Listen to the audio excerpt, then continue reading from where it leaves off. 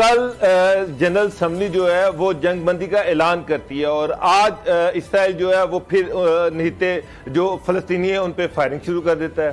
तो उसामा साहब उसको डर किसका है? वो तो यूएनओ को से भी नहीं डरता, वो वेस्ट उसको सपोर्ट कर रहा है, अमेरिका सपोर्ट कर रहा है, अरब लीग उसके हक के खिलाफ बात करने को तैयार नहीं है। ओआईसी खरल साहब, ये अजीब बात है, यानी ये नबी करीम सल्लल्लाहु अलैहि वसल्लम के दौर से हम देख रहे हैं कि ये मुआहदों की पासदारी इनके यहाँ शायद है ही नहीं, कि खुद मुआहदा किया, उसमें गारंटर्स मौजूद हैं, सारी दुनिया उसमें देख रही है कि आप गारंटी दे रहे हैं कि आप जंगबंदी हो गई है, अब फायरिंग नहीं होगी। लेकिन मस्जिद अक्सा में निहत्ते नमाज पढ़ रहे हैं लोग कि इनसे उनकी खुशी बर्दाश्त नहीं है कि वो जंगबंदी हुई है। वो शायद देख रहे थे कि इसमें शहादतों के बावजूद जीत उनकी हुई। आज देखिए, मैं देख रहा था मुझे कि CNN हर जगह जश्न दिखाया जा रहा है कि गजा में लोग कह रहे हैं कि हम जीते हैं, हम जीते हैं, और इसराइल में मातम, सफ़े मातम है इतनी बमबारी के बावजूद। तो ये उनसे खुशी नहीं हजम हो रही या ये मुआहदे तोड़ने की इनकी पुरानी आदत है? उसामा साहब, अभी जितनी पुरानी और जो एक मिसाल आपने दी उससे पुरानी, तो जब से हम इस्लाम की अगर तारीख़ इस्लाम की बात करें तो बिल्कुल नबी सल्लल्लाहु अलैहि वसल्लम के जो दौर के अंदर भी मुआहदे ये जो कुफार हैं उनसे करते थे और अपने फ़ायदे के लिए मुकर भी जाते थे। वो तो आज तक मुआहदे सियासी हों या गैर सियासी हों, सफारती हों। अभी देखें ना, जरदारी साहब ने चार्टर ऑफ डेमोक्रेसी पे कहा था, अभी रिसेंट वो तो माजी करीब की बात करते हैं ना, उनके साथ तो कंपैरिजन नहीं हो सकता। यानी आप जो दो मुल्कों के एक मुआहदे की बात कर रहे हैं ना, वो तो एक बहुत बड़ी हस्ती है हमारी पूरी कायनात के लिए।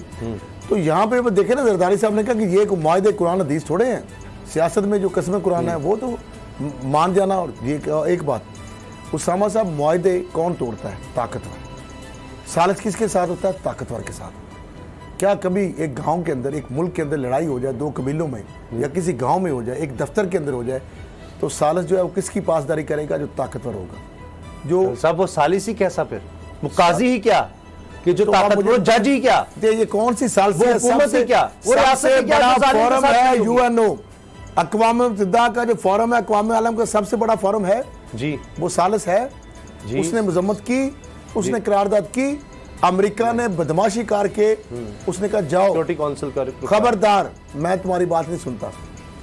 इससे बड़ी कोई मिसाल है?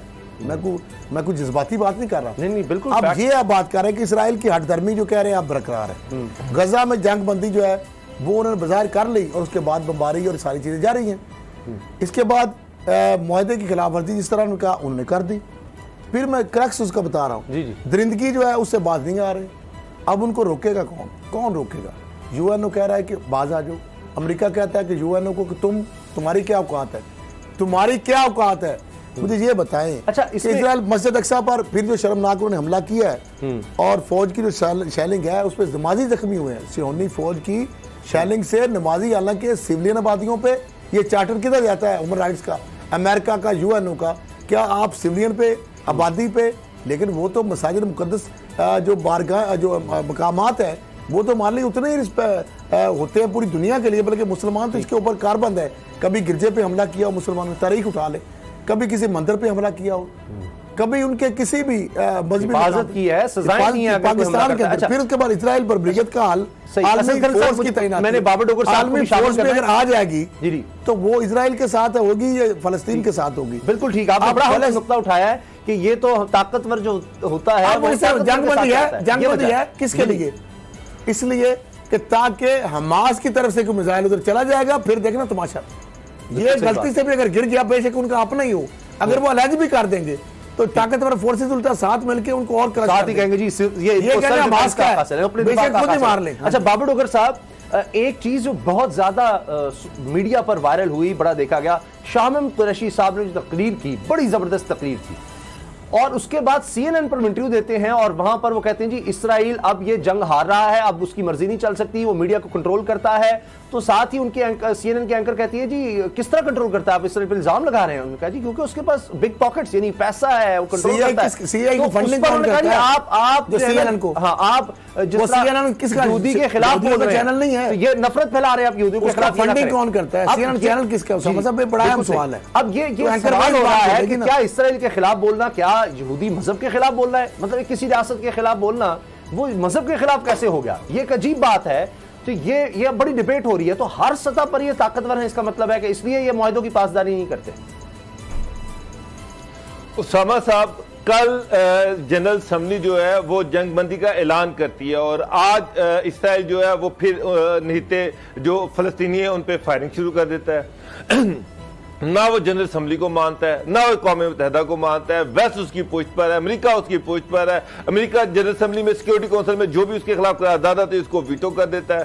तो उसामा साहब, उसको डर किसका है? वो तो यूएनओ को भी से भी नहीं डरता। वो वेस्ट उसको सपोर्ट कर रहा है, अमेरिका सपोर्ट कर रहा है, अरब लीग उसके हक के खिलाफ बात करने को तैयार नहीं है, OIC कोई एग्जिस्ट ही नहीं कर रही। वो बेचारे निहत्ते फलस्तीनी है, उनकी दुनिया में कोई मदद करने को तैयार नहीं है। मालिक जो थे वो फलस्तीन के हक में बोले, वहां पर जो निहत्ते लोग थे उन पे जो गोलियां बरसाई जा रही हैं उसके खिलाफ बोले। लेकिन इसराइल ने तो उसकी कोई परवाह नहीं की, जंग बंदी की परवाह नहीं की। मिस्र जो ब्रोकर करा रहा है सीज फायर को, उसकी सालसी को भी उन्होंने माना। आज उन्होंने फिर उन पे फायरिंग खोल दी। तो सर, उसकी मेन वजह ये है, दुनिया का सारा मेन स्ट्रीम बड़ा मीडिया जो है वो उनके साथ है। 22 दिन उन्हें 69 फिलिस्तीनियों को मारा। दुनिया में किसी बड़े अखबार ने, किसी बड़े चैनल ने उनके खिलाफ एक लफ्ज नहीं लिखा। तो उस पर तो साफ जाहिर है कि यहूदियों का कंट्रोल है सारे। डोगर साहब, सिर्फ एक सवाल हाथों में कठपुतली बना हुआ है। जिस तरह से मोदी का मीडिया जो है, इंडिया का जो मीडिया है वो मोदी के हाथों में कठपुतली बना हुआ है, इंटरनेशनल मीडिया जो है इसराइल के हाथों में कठपुतली बना हुआ है। ये दोनों का मोडस ऑपरेंडी एक ही है, चाहे वो मोदी है चाहे वो इसराइल है। इसराइल इंटरनेशनल मीडिया को कंट्रोल करता है, मोदी जो है वो इंडिया के मीडिया को कंट्रोल करता है। वहां निहत्ते कश्मीरियों को मारा जाता है, मुसलमानों को मारा जाता है, उनकी नस्ल कुशी की जाती है, कोई उनका मीडिया बोलता नहीं है। इधर जो है इसराइली जो है वो फलस्तीनियों को मार रहे हैं और इंटरनेशनल मीडिया ये कह रहा है कि जिनको डिफेंस का राइट हासिल है, यानी इसराइल को डिफेंस का राइट हासिल है उन फलस्तीनियों के खिलाफ जिनके पास कुछ है ही नहीं है, उनको मारने के लिए कोई चीज ही नहीं है। वो जो मिसाइल उन्होंने मारे उनकी क्या हैसियत है? आधे मिसाइल तो वहां पे गिर ही नहीं सके। वो इसराइली अंदाजा लगा लें। तो फिर उसामा साहब, ये तो मुझे लग रहा है कि ये जनरल असम्बली ये सारा कुछ बेमानी हो गया रह गया है। अगर ये इसराइल को नहीं रोक सकते तो ये सारी चीजें बेमानी है। लेकिन चीन के खिलाफ बहुत ज्यादा इसराइल अब कह रहा है, एहतजाज कर रहा है जी, चीन इसमें क्यों आ रहा है। खासतौर पर रूस ने कहा कि अब हम मजीद बर्दाश्त नहीं करेंगे। तो ये लगता है कि इन ताकतों का भी ये अमेरिका के खिलाफ या इसराइल के खिलाफ इकट्ठे होना ये भी बड़ा मानी खेज है कि